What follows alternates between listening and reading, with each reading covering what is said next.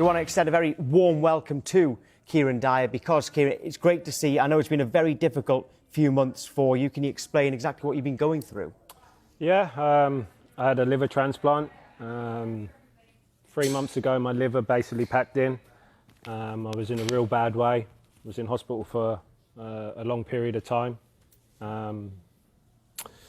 Someone had to die to keep me alive, which is the brutal truth. It's quite overwhelming to use them words. But the transplant was a success. It was 12 weeks ago, just over 12 weeks ago. And I'm doing really well. So the future's bright. How scary is it? I knew that you weren't well. I didn't actually realise just how serious it was. I didn't realise that you were in hospital for that time and just kind of waiting. How hard is that for you and also for your family as well?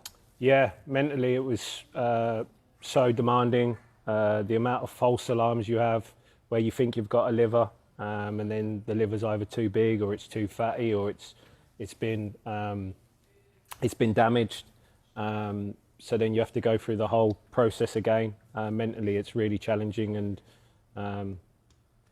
I was grateful for my family because it's quite a trek to get to Addenbrooke's in Cambridge from Ipswich. It's a 3-hour return trip, and I had 4 or 5 people there every day by my side, so I'll always be grateful for that. Is that how it actually is? Are you literally waiting by the phone for the call? Are you literally on your toes for it? When I first got diagnosed with the disease, they said it would be 3 to 6 months for me to get a liver. Then you have to stay within an hour of the hospital. You can't leave. You've got to have your phone on you at all times, because if you miss the phone call, then you miss the liver. That's how serious it is. Yeah, the waiting game is your life gets put on hold, but it's worth it in the world. When was you diagnosed, mate? I've known him for years upon years, and I had a liver problem in 2002, but with this specific disease, I had PSC. Okay. I was diagnosed in 2019. So, like you said, I had the liver transplant in 2023. So when they said in 2019 that it would be 3 to 6 months, this is how long it took. So you're always on edge. But like I said, there was a great story at the end, and I'm doing really well, and I'm back to work. And great that you are back to work. You were telling me earlier about how sometimes like the hallucinations that you were having, and you actually had a hallucination that the doctor had come in and said, "We found someone."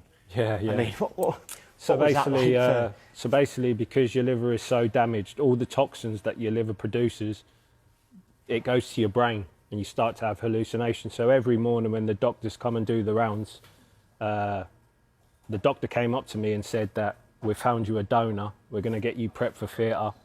Today's the day. So he goes off to do the rest of the rounds, and I ring my missus straight away. They found me a liver. It's going to happen today. You need to get to the hospital. So she's ecstatic, over the moon. Obviously, it's a scary operation, but finally for me to get the transplant, everyone's ecstatic. She tells my mum, she tells everybody. And then something weren't sitting right with her. She was like, they said they would call me straight away if they hear news, and I haven't heard nothing. So she rang up the ward, and the ward said, "What are you talking about?" So the doctor had to come back to me and say, "Kieron, why did you just tell your missus that?" And I said, "You did tell me." I was arguing with you. You just told me that I'm going to have it. And he was like, "No, that's the toxins. You're having a hallucination." And I had so many hallucinations in the 3 months where you're just imagining things and just making stuff up. So what's the plan now for you? I mean, obviously you showed me the scar, and it's absolutely unbelievable. You described it as a shark-like to me. I know. I mean, and the recovery of it. But I mean, what's the plan? What's the plan next? When you first come out of hospital, you have regular blood checks every week. You go to see them every week, and they adjust your medication according to your bloods. My bloods are doing so well. My medication's dropped. I now go to see them once every month. That will then go to once every 3 months, and then hopefully once every year. So I'm ahead of schedule. And like I said, the future is very bright for me at the moment. Good news, mate. Yeah, great news. Kieron,